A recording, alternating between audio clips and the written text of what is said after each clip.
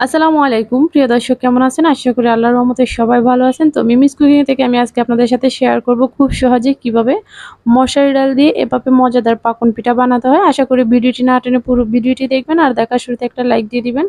এখানে আমি 1 কাপের চাইতে কম মশারি ডালটা নিয়েছি। এটাকে ভালো করে ধুয়ে আমি সিদ্ধ করে নিব। আর সিদ্ধ করার সময় দেখতেই পারছেন আমি কিন্তু পরিমাণ মতো লবণ দিয়ে দিয়েছি। আর এখানে 1 কাপ ডালের সাথে আমি 1 কাপ পানি দিয়েছি।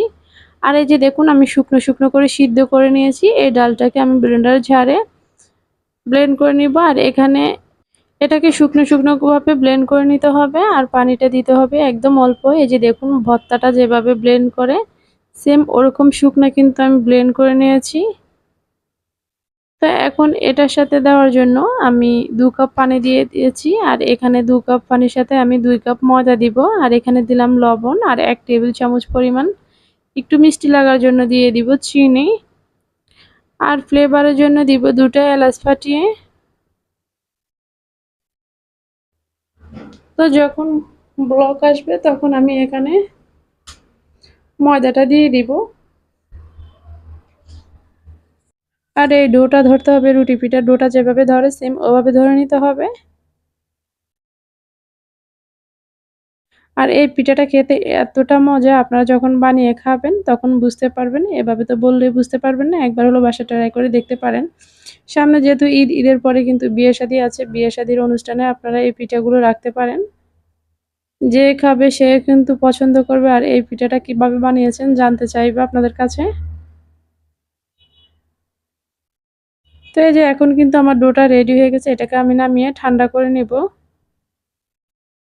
আর এখানে পিঠার জন্য আমি শিরা করার জন্য এখানে আমি দিয়ে দিয়েছি 2 কাপ পানি। 2 কাপ পানির সাথে আমি 250 গ্রাম চিনি দিয়ে দিয়েছি।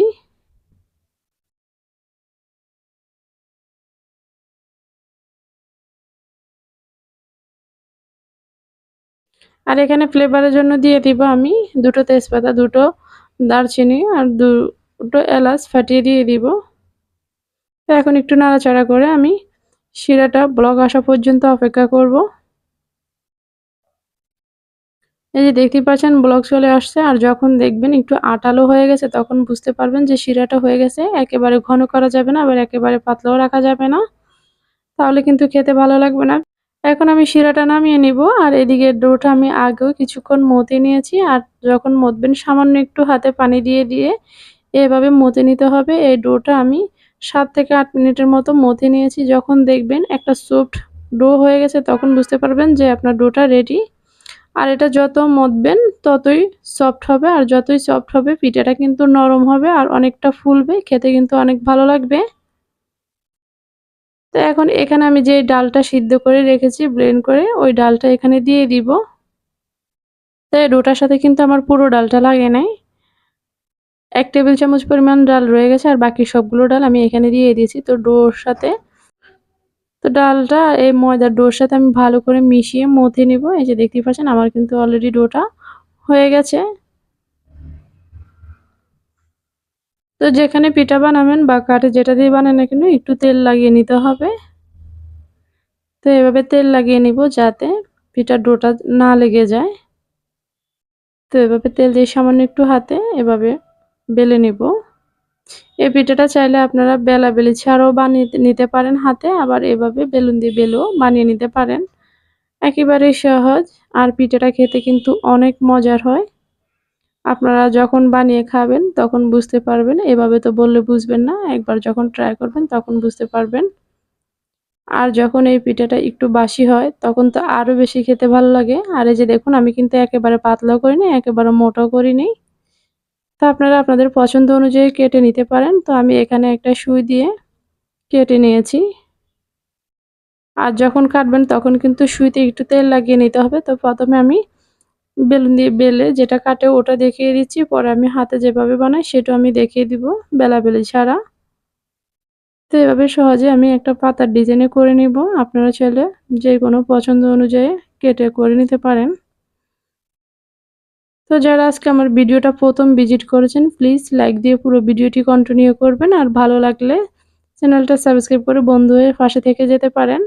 তো আমি একটা ছোট চামিচের ডাট দিয়ে এভাবে পাতার ডিজাইনের মতো করে নেব। আর চামিচে একটু তেল লাগিয়ে নিতে হবে, নাহলে কিন্তু আটকে আটকে যাবে। একেবারে সহজ এই পিঠাগুলো বানানো। দেখতে যদি সুন্দর কম হয় কিন্তু খেতে কিন্তু বেশ মজা এই পিঠাটা।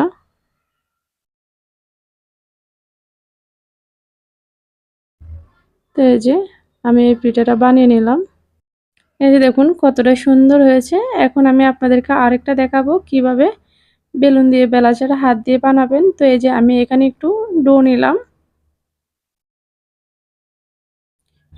তো আপনি যেরকম ডিজাইন বানাবেন ওরকম ডিজাইনের শেপ দিতে পারবেন। পাতার মতো বানালে পাতার মতো শেপ দিতে পারবেন বা স্কোয়ার বানালে ওরকম শেপ দিয়ে নেবেন। আর এরকম গোল করে যদি বানান তাহলে এরকম গোল শেপ দিয়ে নিয়ে আপনি আপনার পছন্দ অনুযায়ী বানিয়ে নিতে পারেন যেরকম ডিজাইন করবেন। তো এই যে দেখতেই পাচ্ছেন আমি হাত দিয়ে কিন্তু একটা গোল করে এভাবে চ্যাপ্টা করে নিয়েছি। এখন একটা চামচের সাহায্যে আমি এটাকে ডিজাইন করে নিব আর চামচে একটু তেল লাগিয়ে নিতে হবে। তাহলে আর ডোটা কিন্তু চামচের সাথে বাজবে না। একদম সহজ পিঠাগুলো বানাতে।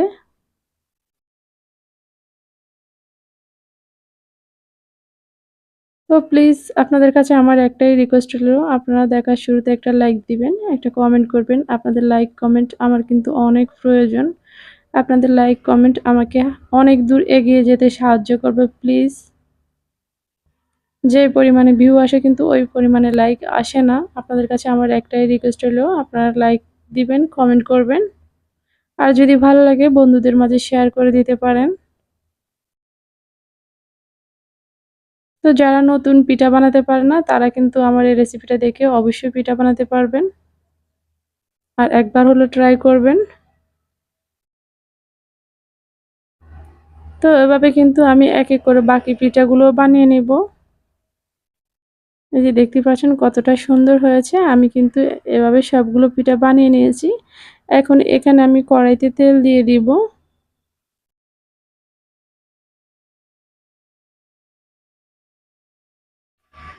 তেলটা যখন গরম হবে তখন কিন্তু পিঠাগুলো ভেজে নিতে হবে আর চুলার আঁচটা রাখতে হবে মিডিয়াম হিটে, হাই হিটে ভাজা যাবে না।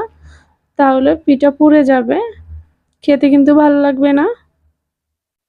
তো এভাবে উল্টে পাল্টে কিন্তু আমি পিঠাগুলো ভেজে নেব।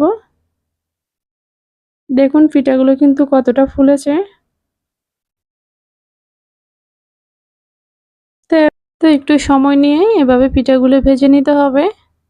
এই যে দেখুন যখন দেখবেন এরকম একটা কালার আসছে তখন কিন্তু পিঠাগুলো নামিয়ে নিতে হবে। আর দেখুন পিঠাগুলো কতটা ফুলেছে।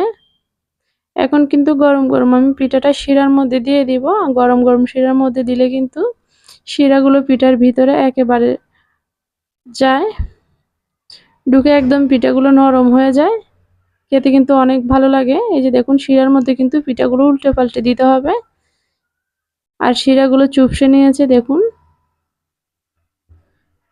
তো এভাবে কিন্তু আমি সবগুলো পিঠা বানিয়ে নিব। তো আমার রেসিপিটা যদি আপনাদের কাছে ভালো লাগে প্লিজ লাইক দিবেন, কমেন্ট করবেন, বন্ধুদের মাঝে শেয়ার করে দিবেন। আর চ্যানেলটা সাবস্ক্রাইব করে অল বাটনে ক্লিক করে রাখবেন যাতে আমি পরবর্তী ভিডিও ছাড়ার সাথে সাথে আপনাদের কাছে নোটিফিকেশন পৌঁছে যায়। এই যে দেখুন পিঠাগুলো কতটা সুন্দর হয়েছে আর খেতে তো বেশ অসাধারণ হয়েছে। এখন আপনাদের সাথে একটা ভেঙে শেয়ার করব। দেখুন কতটা নরম সফট হয়েছে। তো এতক্ষণ সাথে থাকার জন্য আপনাদেরকে অসংখ্য ধন্যবাদ। পরবর্তী ভিডিও দেখার জন্য আমন্ত্রণ রইল। সবাই ভালো থাকবেন, সুস্থ থাকবেন। আল্লাহ হাফেজ।